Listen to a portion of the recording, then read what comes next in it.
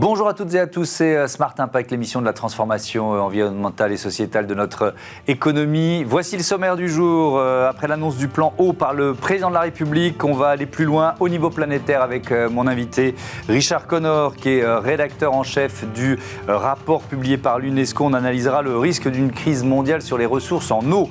Pour le débat de ce Smart Impact, c'est le fléau des déchets abandonnés que l'on va évoquer. D'après vous, on parle de combien de tonnes chaque année en France? Le chiffre est impressionnant et choquant. Vous verrez, on détaillera la stratégie de prévention en France et en Europe. Et puis dans notre rubrique consacrée aux startups éco-responsables, on va découvrir AgriLoops et ses gambas françaises. Crise de l'eau, gestes propres, aquaponie, 3 défis, 3 secteurs à décortiquer dans ce Smart Impact. C'est parti.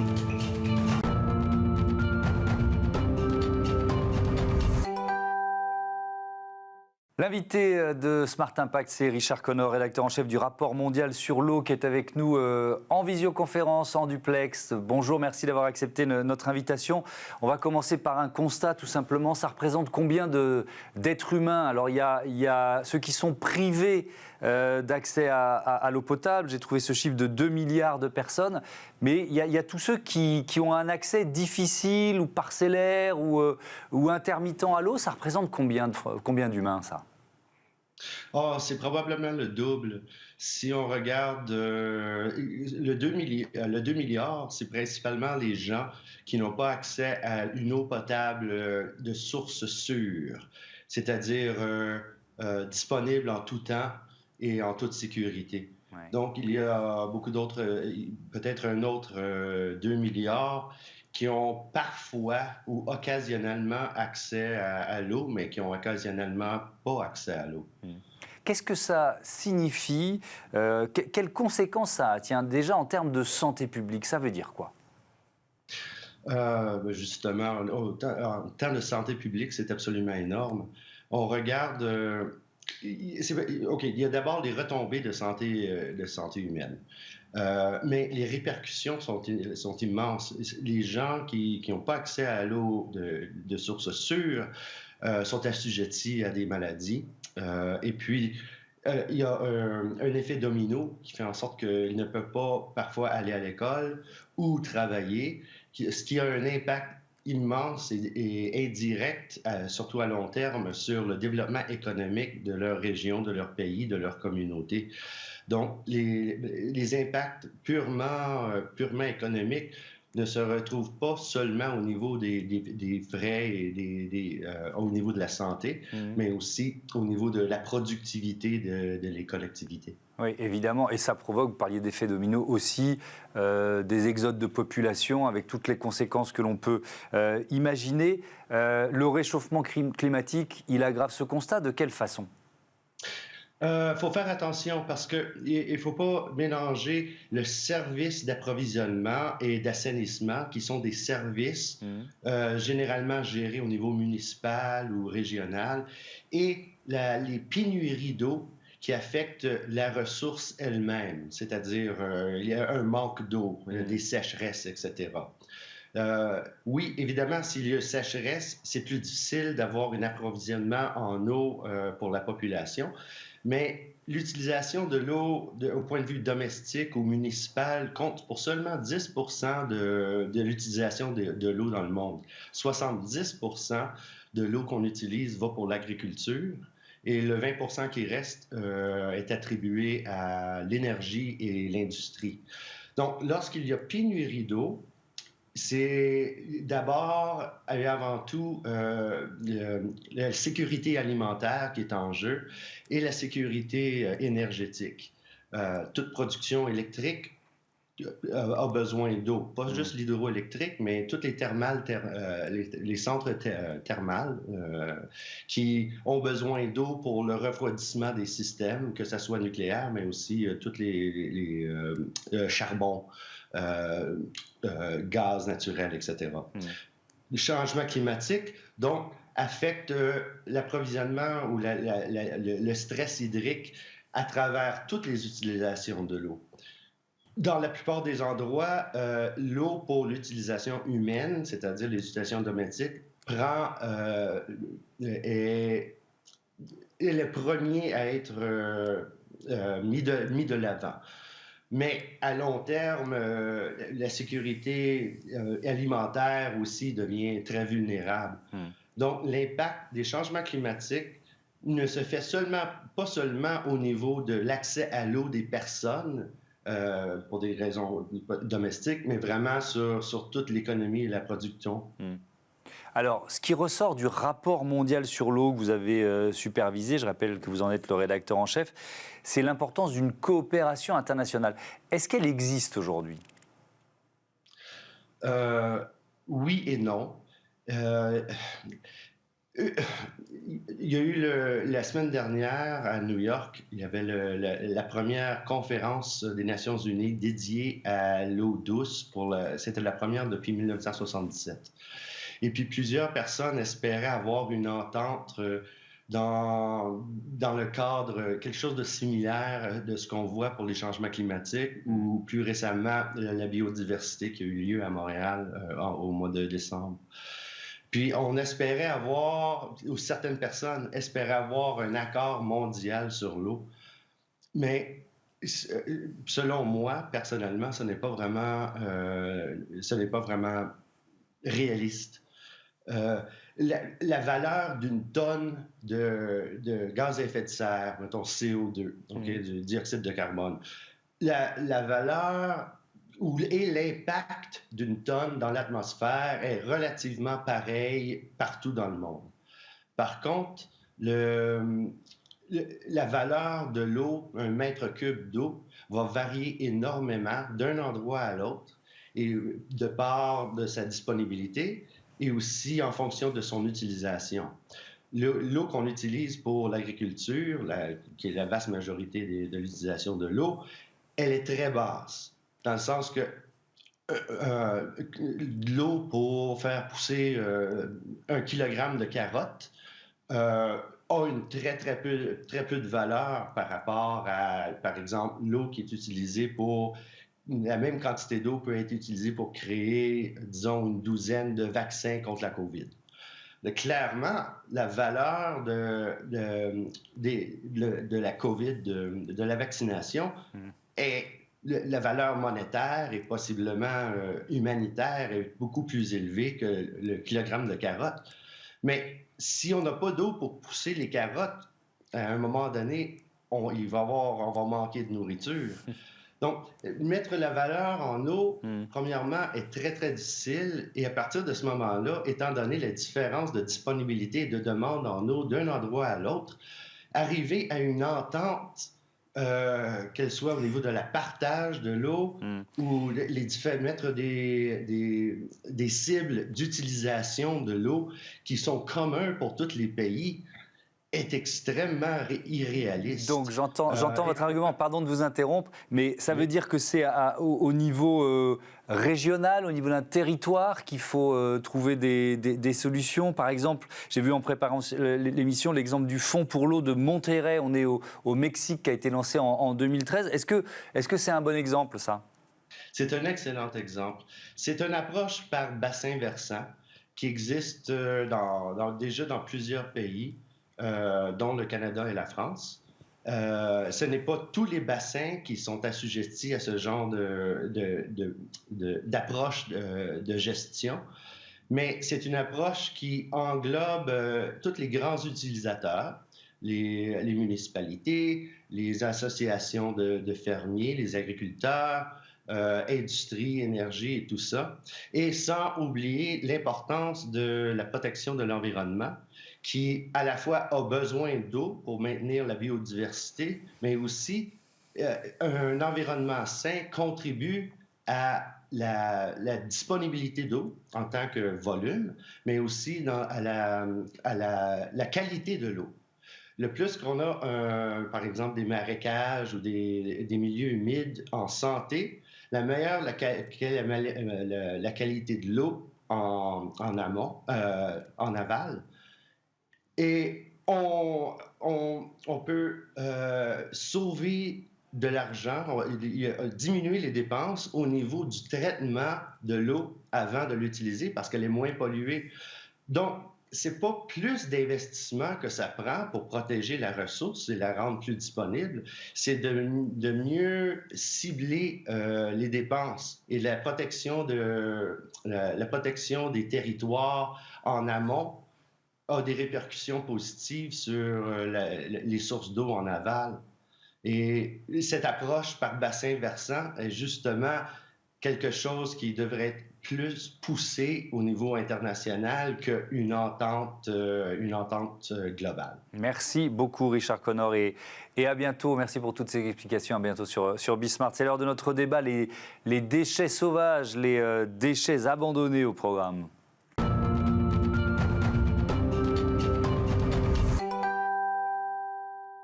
Les déchets abandonnés au menu de ce débat avec Carole Carpentier, bonjour. Bonjour. Bienvenue, vous êtes la déléguée générale de Gestes Propres. À vos côtés, Benoît Bastien, bonjour. Bonjour. Le directeur général de BIWAP. On va présenter vos organisations respectives pour commencer. Gestes Propres, association qui existe depuis plus de 50 ans, c'est ça, avec exactement. Quelle mission ? Eh bien, notre mission principale, c'est de lutter contre les déchets abandonnés, contre ce geste incivique, si je puis dire, parfois inconscient quand même, de jeter son déchet dans la nature, dans la rue, etc. Ça représente quoi ? Je posais la question en titre. Vous estimez à combien de tonnes, justement, les déchets sauvages, les déchets abandonnés en France ? Eh bien, c'est très complexe à évaluer, parce qu'ils sont sauvages par essence, oui. Justement. Mais on est à peu près autour d'1 million de tonnes. 1 million de tonnes, c'est quand même énorme, c'est vertigineux. Ce qui est énorme, ce qui revient à peu près à 15 kilos par habitant. Oui. Et on parle de quels déchets ? C'est quoi ? Parce que moi, quand je dis déchets sauvages, j'imagine quelqu'un qui va dans la forêt avec sa remorque et qui balance ça dans la forêt. Malheureusement, ça m'est arrivé d'en croiser en faisant un footing. Mais sinon, ça peut être même les petits gestes, alors, des déchets sauvages. Alors, ça peut être effectivement des encombrants, ce qu'on appelle plutôt des dépôts sauvages, comme vous disiez. Mais il y a aussi beaucoup de petits déchets. Et 90% des déchets abandonnés sont des petits déchets. Ouais. C'est-à-dire des mégots, des chewing-gums, des papiers, des étuis... des canettes, c'est un peu plus gros, mais voilà, des tickets, etc. Et c'est d'ailleurs l'objet de notre dernière campagne de sensibilisation. On va en parler de cette campagne de sensibilisation. Évidemment, Benoît Bastien, avec vous, on part en Belgique, en Wallonie, c'est ça ? C'est quoi BIWAP ? Eh bien, BIWAP, c'est une association qui travaille sur le territoire wallon, donc la Belgique est divisée en 3 régions, et donc dans la partie sud, la partie francophone, eh bien, nous avons la Wallonie, et BIWAP a été créé en 2016 dans le cadre d'un accord de partenariat entre le gouvernement wallon et les entreprises qui mettent des emballages sur le marché. Derrière, on a donc le secteur de l'agroalimentaire, le secteur de la grande distribution et l'équivalent de Citeo en Belgique qui s'appelle FOSPlus. Et donc, nous sommes une structure qui a été créée pour mettre en œuvre un plan d'action transversal pour améliorer la propreté dans la région. Avec un objectif qui était lancé de faire diminuer la malpropreté de 20% entre 2016 et 2022, c'est ça ? Donc vous l'avez atteint cet objectif, vous l'avez dépassé ? Eh bien, les mesures qui ont été réalisées comparativement période 2016, période fin 2021, début 2022, montrent que nous avons diminué la malpropreté de 37%. Comment ? Avec des campagnes de sensibilisation ça a été quoi le principal Alors levier, évidemment, le challenge était énorme lorsque on a créé donc, la structure, moins 20%. Il a fallu être très créatif. Et donc, nous avons développé un plan d'action à 360 degrés qui est basé sur différents enjeux. Donc, on travaille sur le domaine de l'expertise, mieux connaître en fait la problématique. On travaille sur les différentes synergies que l'on peut mettre en œuvre avec plein d'acteurs qui ont une influence grande ou moins grande sur l'amélioration de la propreté. On travaille aussi sur un autre enjeu qui est en fait le Graal, c'est le changement de comportement. Il est évident que la malpropreté est due à un manque, à un incivisme. Et donc, arriver à changer le comportement, c'est vraiment un des objectifs majeurs. Et un quatrième enjeu très, très important pour nous, c'est l'économie circulaire. Nous considérons que les déchets abandonnés dans l'espace public doivent avoir une seconde vie. Eh ben on va continuer d'expliquer ça, Carole Carpentier. Si on parle des comportements, vous avez mené avec l'IFOP et Citeo une enquête justement sur à la fois sur nous, quoi. C'est-à-dire que comment on perçoit ce geste parfois incivique, parfois inconscient. Quelle leçon principale vous tirez de cette étude? On a tiré plein de leçons. Les déchets au global, c'est un sujet anxiogène pour les Français. Oui. Cependant, ils considèrent les petits déchets comme quelque chose de négligeable. Ils n'ont pas conscience que ça peut avoir des impacts importants. D'où l'objet de notre dernière campagne. Ouais, là, on commence à voir s'afficher certains des slogans. Oui. D'accord. Voilà. On a compris aussi qu'il y avait un gros besoin de pédagogie. Ouais. Peu de Français savent que les déchets marins, dont on parle beaucoup, un vrai problème sociétal aussi et environnemental, peu de Français savent que 80% des déchets marins ont été jetés sur Terre avant. Donc on a lancé cette pédagogie avec un film. Je ne sais pas si on aura l'occasion de le passer. Il dure 1 minute 43, c'est peut-être un peu long. Non, on ne va pas le voir aujourd'hui, mais on le retrouvera sur le site GesteProf. Mais voilà, en 1 minute 43, on explique que le mégot jeté par terre peut échapper au travail des agents de propreté. Il part dans les égouts et fait son chemin petit à petit jusqu'à l'océan en passant par les fleuves, etc. Comment vous expliquez effectivement le désintéressement, moi j'ai employé ce terme-là, vis-à-vis des petits déchets? C'est-à-dire que moi j'entends parfois, alors je veux dire, je ne suis pas parfait, ça m'arrive par réflexe de jeter un papier, de ne pas y penser, etc., évidemment. Mais il y a parfois des gens qui me disent, mais de toute façon, il y en a d'autres dont c'est le métier de les ramasser, donc pourquoi je m'embêterais? Parce que justement, beaucoup échappent à leur travail et que je pense que l'investissement que font les collectivités locales dans cette propreté pourrait être fléché ailleurs sur des sujets plus peut-être sociaux, etc. Il y aura peut-être d'autres dépenses à faire, plus utiles. Voilà. En fait, nous, donc je ne l'ai pas dit, mais on représente un collectif qui est composé à la fois d'entreprises, d'éco-organismes comme Citeo, Alcom, que vous connaissez peut-être.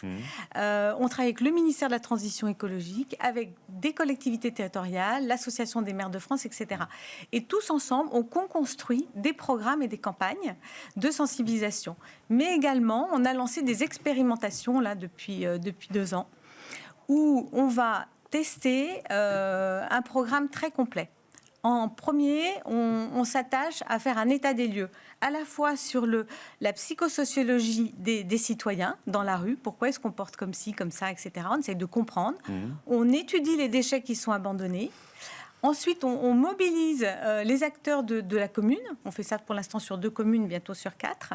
On mobilise les acteurs. Donc c'est les communes pilotes en quelque sorte. Voilà, exactement. Et on travaille avec eux sur qu'est-ce qui serait le meilleur moyen de vous sensibiliser pour ne plus jeter. Et là, on en est à la phase où on va tester des solutions.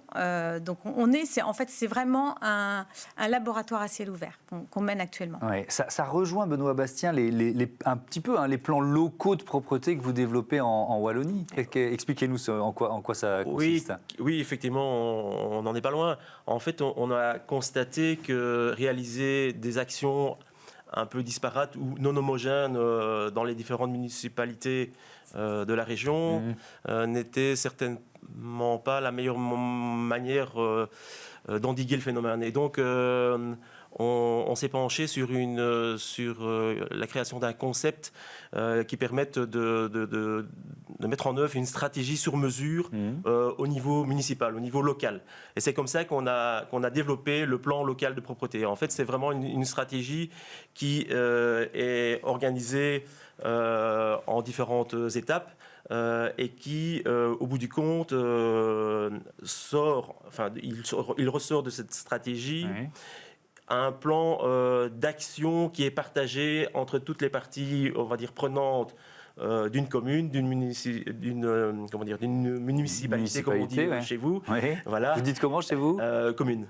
Oui, voilà, ça marche aussi. Ça marche aussi en France, bien sûr, évidemment. Alors, mais donc, il y a différents leviers. Est-ce que le levier incitatif vous semble important? Je vais vous poser la même question à l'un et à l'autre. C'est-à-dire qu'on voit par exemple des communes où où la taxe sur les ordures ménagères va baisser en fonction du tri réalisé par les citoyens. Est-ce que vous intégrez ça à vos plans locaux de propreté ou alors est-ce que c'est vraiment plutôt de la pédagogie pour inciter les gens à arrêter de jeter leurs déchets un peu n'importe comment ? En fait, dans le cadre du plan local de propreté, c'est vraiment une stratégie à 360 degrés où on intègre différentes thématiques parce qu'en fait, il n'y a pas une seule solution pour lutter contre la malpropreté. Oui. Et donc, on a développé une boîte à outils. Cette boîte à outils, on la met à disposition des communes. C'est plus d'une quarantaine de fiches actions sur lesquelles en fait, les communes peuvent s'appuyer pour créer en fait, leur plan local de propreté. Il faut savoir aussi que les communes n'ont certainement pas toujours les ressources humaines nécessaires pour pouvoir développer et construire un plan donc, qui a du corps. Oui, et qui soit le plus efficace qui soit possible, efficace. Évidemment. Et donc, nous, on est là pour vraiment les aider. Oui, surtout pour les petites communes. Est-ce qu'il faut des sanctions de temps en temps, Carole Carpentier ? Écoutez, la sanction, on avait hier nos rencontres européennes, donc on a échangé sur ce sujet-là. Franchement, les sanctions, c'est envisageable à une condition. C'est que le dispositif de collecte dans la commune soit optimum, déjà. Ouais. Que la population ait été sensibilisée et informée. Et à ce moment-là, il n'y a plus d'excuses. On peut passer, la commune peut passer. Après, il faut un certain courage politique. Des communes l'ont fait, comme Cannes, ça a très bien marché. Ouais. Et là, on peut passer à la sanction. Mais ça ne peut pas être envisagé si auparavant, il n'y a pas eu ce travail de pédagogie, d'optimisation du dispositif de collecte, etc. La sanction, c'est quoi ? C'est une amende ? Oui, c'est une amende. Donnée par la police municipale, en général, c'est ça ? Tout à fait. Qui peut s'élever à quel montant ? 35 € minimum. Donc c'est dissuasif quand même. Oui, c'est quand même dissuasif. On y réfléchit avant de jeter son mégot. Tout à fait. Je voudrais vous entendre aussi sur la partie éducative, parce que vous nous l'avez dit, il faut qu'il y ait de la pédagogie. Ça commence dès l'enfance. Il y a des programmes à destination des écoles, par exemple. Oui. Par exemple, nous avons réalisé un atelier pour les 6-12 ans. Nous avons aussi un conte pour les enfants qu'on a sorti pendant le Covid, justement. Ouais. Oui, il y a beaucoup de choses à faire. Et donc, ce que je n'ai pas dit dans ces expérimentations qu'on mène actuellement, l'objectif, c'est aussi, comme le disait Benoît, de mettre à la disposition en open source des outils concrets, comme ces ateliers juniors, comme des campagnes que vous avez vues, à la disposition des collectivités territoriales. C'est vraiment ça le but, c'est de mettre à leur disposition des outils concrets, pragmatiques, faciles à mettre en place, etc. Merci beaucoup, merci à tous les deux et à bientôt sur Bismart. C'est l'heure de notre rubrique Start-up, les start-up éco-responsables, Smart Ideas avec des gambas au menu.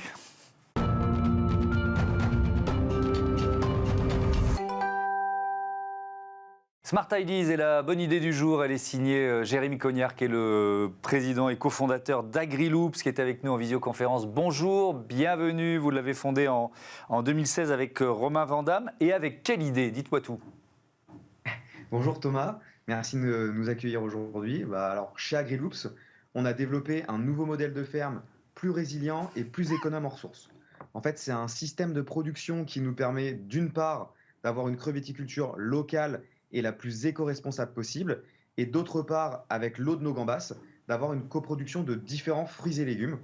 C'est donc une nouvelle technologie qu'on a brevetée, qui nous permet d'un côté d'avoir un produit unique, une gambasse élevée en France, ultra fraîche, garantie sans antibiotiques. Donc ça, comme je le disais, c'est un peu unique en France, en Europe et dans beaucoup de pays, parce qu'aujourd'hui, la quasi-totalité des crevettes et des gambas qu'on consomme proviennent d'assez loin, majoritairement d'Asie du Sud-Est et d'Amérique centrale. Et cette technologie, elle nous permet aussi de coproduire différents fruits et légumes qui vont avoir des meilleures qualités gustatives et des meilleures qualités nutritionnelles grâce à l'eau de nos gambas. Par exemple, là, c'est bientôt le début de la saison des tomates cerises. Et nous, on va avoir une tomate cerise qui a plus de sucre, plus de vitamine C et plus de goût grâce à notre système de production. Ça vous a demandé combien de temps de recherche et développement ? J'imagine qu'il y a eu des brevets déposés. En quoi c'est une innovation technologique ? Ça nous a demandé en effet pas mal de temps de développement. Au début, en 2017 et en 2018, on a expérimenté à petite échelle en labo pour montrer en fait que cette association entre aquaculture et maraîchage qui s'appelle l'aquaponie pouvait fonctionner en milieu salé avec des gambas. C'est déjà une des premières briques innovantes qu'on a développées. On est les premiers à faire de l'aquaponie en milieu salé. Et ensuite, grâce à une première preuve de concept qui fonctionnait bien, on a réalisé une première levée de fonds en 2019 qui nous a permis de construire notre ferme pilote qui se trouve aujourd'hui à Rennes. Et au sein de cette ferme pilote, on a vraiment finalisé le développement de notre technologie et on a réussi à montrer qu'on avait réussi à atteindre aujourd'hui des performances super satisfaisantes à la fois sur la partie aquacole et sur la partie maraîchage, et puis aussi à valider tous les aspects accès au marché. Et donc, ça veut dire que vous êtes en phase de... Il y a une nouvelle levée de fonds en cours, c'est ça, pour passer à l'échelle, en quelque sorte? Exactement. Notre ferme pilote, c'était vraiment un outil qui continuait à être un outil de R&D. Et notre objectif maintenant, c'est de passer à une première étape commerciale, c'est-à-dire le lancement de la construction cette année de notre unité de production qui s'appelle Mangrove 1, qui va nous permettre de produire maintenant plusieurs dizaines de tonnes de gambas et de fruits et légumes par an. Et là, c'est un projet qui avance bien, hein. Il y a une levée de fonds qui est en train de se finaliser. On est soutenu par la BPI, par France Relance, pour mettre en place cette nouvelle ferme. Et l'objectif, c'est de commencer la construction cette année pour une mise en production courant 2024. Pourquoi mangrove? Parce que c'est le milieu naturel dans lequel se développent les crevettes? C'est ça. Aujourd'hui, comme je le disais, la quasi-totalité des crevettes qu'on mange, hein, ça veut dire plus de 80% de ces crevettes et de ces gambas, proviennent d'Asie du Sud-Est et d'Amérique centrale. Et en fait, les zones de production, c'est des zones de mangrove, parce que c'est un environnement qui est assez adéquat pour l'élevage des gambas. La problématique, c'est que quand on va élever ces crevettes dans des zones de mangrove, il va y avoir vraiment un sujet pollution de cette zone de mangrove, parfois même déforestation de cette mangrove. Et ça, c'est un vrai enjeu, hein, parce qu'il faut savoir que en fait, la mangrove, déjà, c'est un écosystème qui renferme énormément de biodiversité. Ça veut dire que ça rend beaucoup de services aux populations locales. Donc, si on la détruit, c'est un gros problème. Mais en plus de ça, 1 hectare de mangrove, ça peut stocker jusqu'à 6 fois plus de CO2 qu'un hectare de forêt amazonienne. Et donc, déforestation de cette mangrove, ça veut dire beaucoup de CO2 qui peuvent être rejetés dans l'atmosphère. Et ça, c'était aussi un enjeu auquel on voulait répondre avec notre alternative de production locale de gambas. Oui, et puis évidemment, le fait de les produire en France, il n'y a pas de déplacement, il n'y a pas de congélation aussi, ça c'est un enjeu. Ouais, c'est vrai. Le fait d'avoir une production locale, ça va nous permettre d'avoir une crevette qui ne va pas voyager des milliers de kilomètres avant d'arriver dans nos assiettes. Et en plus de ça, d'avoir une crevette qui est ultra fraîche, garantie jamais congelée. Et ça nous permet aussi d'avoir des meilleures qualités gustatives et des meilleures qualités nutritionnelles pour nos gambas aussi. Donc que ce soit pour notre production principale, nos gambas, mais aussi pour nos fruits et légumes, on a vraiment accès à notre technologie et notre modèle de ferme aussi sur le goût, parce que c'était important pour nous. Dernière question, vous l'avez évoqué, mais quand on parle de crevettes ou de gambas éco-responsables, ça veut dire quoi concrètement? Nous, notre objectif, c'est d'avoir une crevette qui va avoir un impact le plus limité possible sur l'environnement. Comme je le disais, nous, notre objectif, c'est par exemple de ne pas avoir d'impact sur les mangroves, d'avoir une crevette qui est élevée localement, donc qui va voyager le moins possible, qui est élevée aussi sans antibiotiques, mais aussi qui est économe en ressources. Notre technologie, donc, qui est basée sur le principe de l'aquaponie, qui est associée à aquaculture et maraîchage, et par exemple, c'est une technologie qui va nous permettre d'utiliser jusqu'à 95% d'eau en moins si on se compare à ce qui se fait traditionnellement. Donc ça, c'est utiliser des intrants en moins, utiliser de l'eau en moins. Par exemple, sur nos fruits et légumes, on va utiliser aussi beaucoup moins de fertilisants, puisque la quasi-totalité de nos fertilisants proviennent de nos gambas. Donc c'était vraiment cette logique-là, en fait, d'avoir quelque chose qui est le plus éco-responsable possible. Merci beaucoup Jérémy Cognard et bon vent à Agriloops. Je voudrais remercier Louise Perrin, assisté de Marie Billat à la production et à la programmation, Maxence Mogin au son et Axel et Angel Jean Girard à la réalisation. Salut.